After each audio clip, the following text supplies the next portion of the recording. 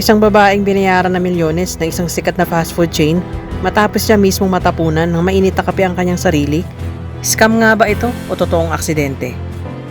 Tunghayan ng kwento ni Stella, ang babaeng naging popular noong 1990s matapos siyang manalo sa kaso laban sa McDonald's na halos pagtawanan siya at paratangang isang hangal dahil lamang sa pangyayari na siya rin ang may kasalanan.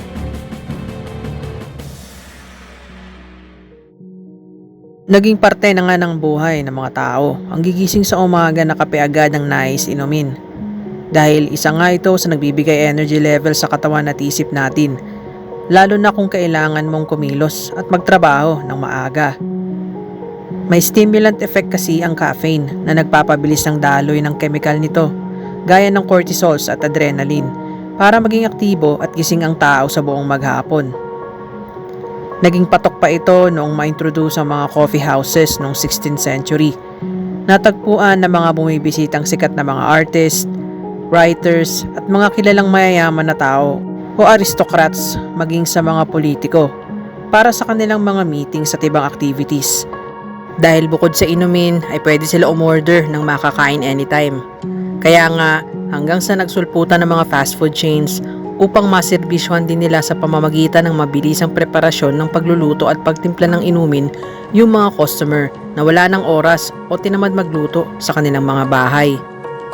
Nauso pa nga noon ang service at the wheels o drive-in bago ang mga drive-thrus at magpahanggang sa mga takeaways o takeouts para kainin o inumin nila ang kanilang in-order kahit saan. At isa nga ang McDonald's sa mga umusbong at naging popular na fast food chain sa buong mundo. Naging inspirasyon nila ang naunang restaurant na White Castle na nagsiserve din ng mga hamburgers at kape. Kaya naman itinayo ang kauna-unahang McDonald's noong May 15, 1940 ng magkapatid na Richard at Maurice McDonald sa San Bernardino, California. Nagsimula sila sa car hop drive-in na kung saan burger, fries, shakes, juices, soft drinks at steaming hot coffee lamang ang nasa kanilang menu. Ang mascot pa nila noon ay si Speedy, isang hamburger na may chef hat sa tuktok nito, bago napalitan ni Clown Ronald McDonald. Kaya naman lahat, mapabata man o matanda, ay patok ang mga pagkain ng McDonald's, lalo na sa mga matatanda na mainipin at gusto agad na makakain, kasama syempre ang isang mainit na kape, lalo na sa malamig na umaga.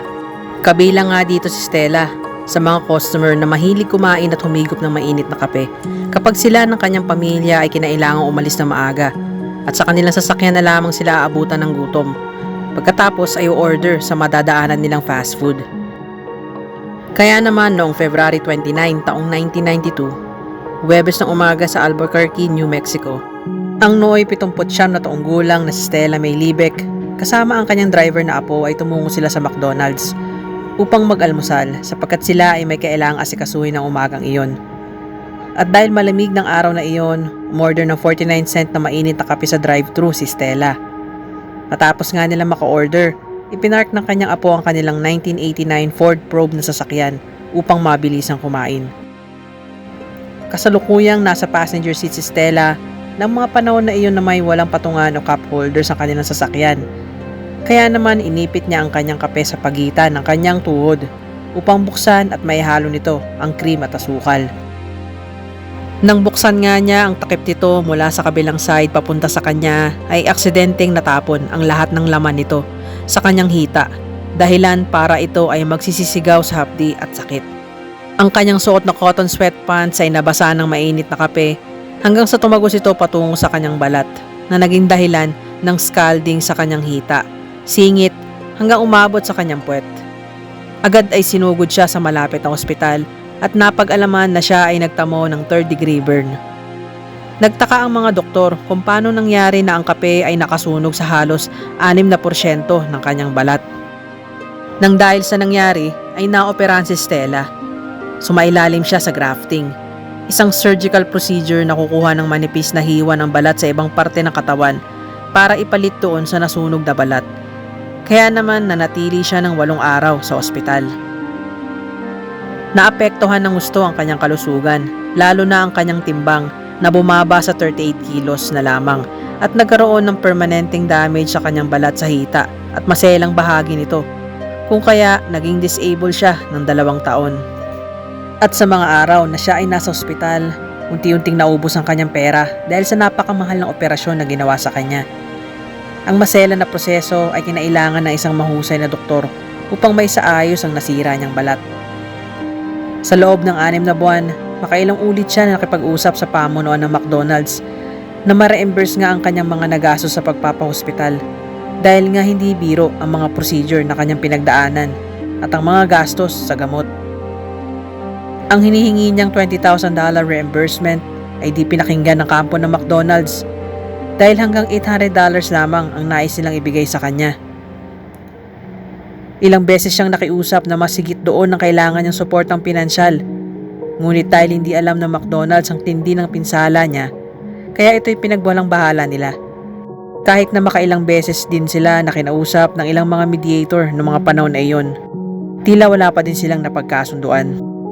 Kaya napagdesisyonan ni Stella na tuluyan ng sambahan ng kaso ang McDonald's dahil sa pambabaliwala nito sa kanya at sa hinihingi nitong $20,000. Kinausap niya ang kanyang attorney at kanilang ang kinasuhan ng negligence ang nasabing fast food chain dahil ayaw nito makipagsettle. At ang nasabing attorney ay humingi pa ng mas mataas na halaga ng danyos na $90,000. Pero hindi tumugon ng McDonald's. At sa pangatlong pagkakataon, tinaasan ulit nila ito sa halagang $225,000 dahil hindi sapat ang inisyal na perang hinihingi ni Stella sa kanila. Sapagkat ayon kay attorney, matindi ang dinulot na sakit nito kay Stella sa pagsaserve nila ng kape sa delikadong temperatura nito. Dahilan para masabi nila na depektibong produkto ito para sa isang consumer na gaya niya. Pero nanatiling bingi ang kampo ng McDonald's at hindi pa rin sila nakipagsettle. At noong August 8, 1994 nga, nagsimula ang trial sa New Mexico District Court kung saan natuklasan na ang kape na isinerve kay Stella ay nasa pagitan ng 180 to 190 degrees Fahrenheit ang temperatura. Naabot na nga sa boiling point. Ikinumpara nila ang siniserve na kape ng ibang fast food chain at mga kalapit na restaurant doon kung saan natuklasan nila na nasa 20 degree Fahrenheit lamang ang temperatura nito. Mas mababa sa siniserve ng McDonald's. Kumuha pa nga sila ng testimonya mula sa isang eksperto kung saan ipinaliwanag nito na ang temperaturang 190 degree Fahrenheit ay sapat para masunog ang balat ng isang tao o 3rd degree burn. At ang pinaka-safe na temperatura ay dapat na mababa sa 140 degree Fahrenheit. Dahil kung susobra dito, 2 hanggang 12 segundo lamang ay maaari nang masunog ang balat ng sinuman. Kaya nga sa pagkatapon pa lang ng kape kay Stella ay agad nalapnos at nasunog ang mga balat nito. Ayon naman sa paliwanag ng McDonald's, kaya ganun ang temperatura ng kanilang kape ay upang mapanatili nito ang sapat na init habang nasa biyahe ang mga bumili. Dahil karamihan sa kanilang customer ay nais na inumin ang kape habang nagmamaneho o nagko-commute. Pero hindi nila inisip na may ibang customer pala na iniinom agad ito at hindi na pinalalamig ng bahagya. Dagdag pa nila, may sapat na mga warnings o paalala na nakaimprenta sa mismong cup ng kanilang kape. Subalit, ayon kila Stella ay hindi ito masyadong kita, kaya hindi binibigyang pansin ng mga customer. Natuklasan din na hindi lang ito ang unang insidente na nangyari. Dahil ayon sa mga nakalap na reports ng attorney ni Stella, may 700 kaso din ng mga customer na nakaranas ng pagkalapnos ng balat dahil sa pagkonsumo ng napakainit nilang kape. Pero karamihan dito ay hindi na umabot pa sa korte dahil nasettle agad ng pamunuan ng McDonald's ang mga claims ng mga biktima. Bukod tangi lamang si Stella dahil di akalain ng McDonald's na ganun kalala ang nangyari sa kanya. Kaya naman noong August 18, 1994, lumabas na ang desisyon ng korte na ang final verdict ay pabor kay Stella at nahatulan ng kapabayaan ng McDonald's, kaya sila ay pinagbayad ng halagang $200,000 bilang kabayaran sa mga pera na nagastos si Stella at income na nawala sa kanyang anak. Ngunit ito ay binawasan pa ng korte ng 20% o $160,000 dahil nga may kapabayaan din at kasalanan si Stella sa kanyang sinapit. Bukod dito, may karagdagan pa siyang tatanggapin na danyos mula mismo sa McDonald's bilang kaparusahan nito o punitive damages. Nagkaroon naman ng apil ang McDonald's na bawasan ang nasabing halaga at napagkasunduan ng kampo ni Stella na sila ay bayaran na lamang sa halagang $640,000. Ayon naman sa anak ni Stella, matapos ang pinagdaanan ng kanyang ina, hindi naman ito nagkaroon ng masayang buhay sa kabila ng malaking halaga na natanggap nito sa pagkapanalo sa kaso. Ang lahat ng kanyang nakuha ay ginamit sa pagpapagaling at tuloy-tuloy na gamutan. At noong August 5, 2004, sa edad na 91, binawian nito ng buhay. Marahil dala na rin ang kanyang sinapit ng mga injuries at katandaan.